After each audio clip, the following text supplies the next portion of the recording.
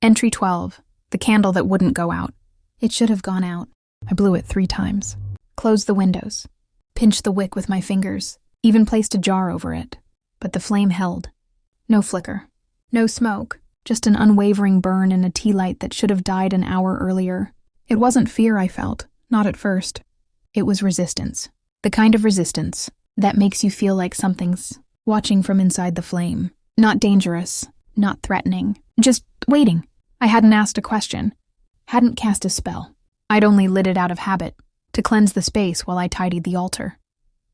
But something had answered anyway, and it wasn't ready to leave. I gave in. I stopped pacing. Turned off the music. Sat cross-legged in front of the flame and just looked.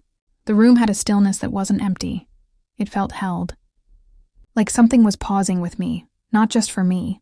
The candle burned steady. No flickers, no pops. Its wax melted smooth and fast, but not down the sides. It pooled perfectly in the center, as if trying to show me something. That's when I saw it. Not a shape, not clearly, but a curve in the melted wax that looked almost like a rune.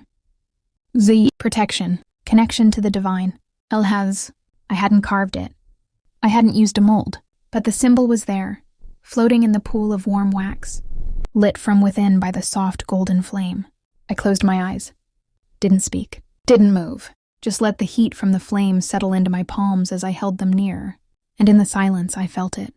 You're being watched over. Don't put it out yet. It burned for 7 hours. A tea light that should have flickered out in 3. I didn't light another candle that night. Didn't speak. Didn't write. I just waited. The flame had a message, and I wasn't going to rush it. That alone was a lesson. Because most witches, myself included, get used to controlling the elements. Light the flame, blow it out, move on.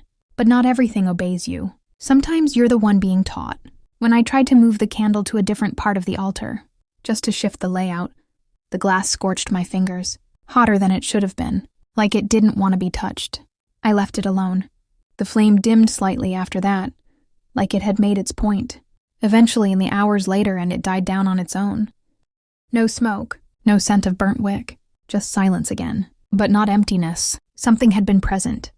And now it had gone. When fire refuses to go out, if a flame won't extinguish, when it logically should, and your space is secure, that's not malfunction. That's message. In witchcraft, flame responds to intention, but in deeper practice, it also responds to presence. And sometimes that presence is not yours. Here's what I've learned since that night. Cleansing flames flicker, dance, or pop. They're clearing stagnant or negative energy. Communicative flames hold steady. They burn clean, centered and almost eerie in their stillness. Flames touched by spirit often feel watched. They resist wind. They linger past logic. If you ever find a candle doing this, don't panic. Don't blow it out unless you feel threatened. Sit. Listen. Ask silently, what do you need me to know? Sometimes the flame will shift.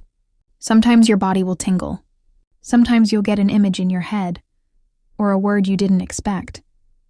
What most witches don't know, a flame isn't always there to serve you. Sometimes it's there to warn, to show, or to mark a moment. If you feel held in the air around it, if the room goes still, if your hands tingle or your thoughts sharpen, you're not alone. You're being witnessed too.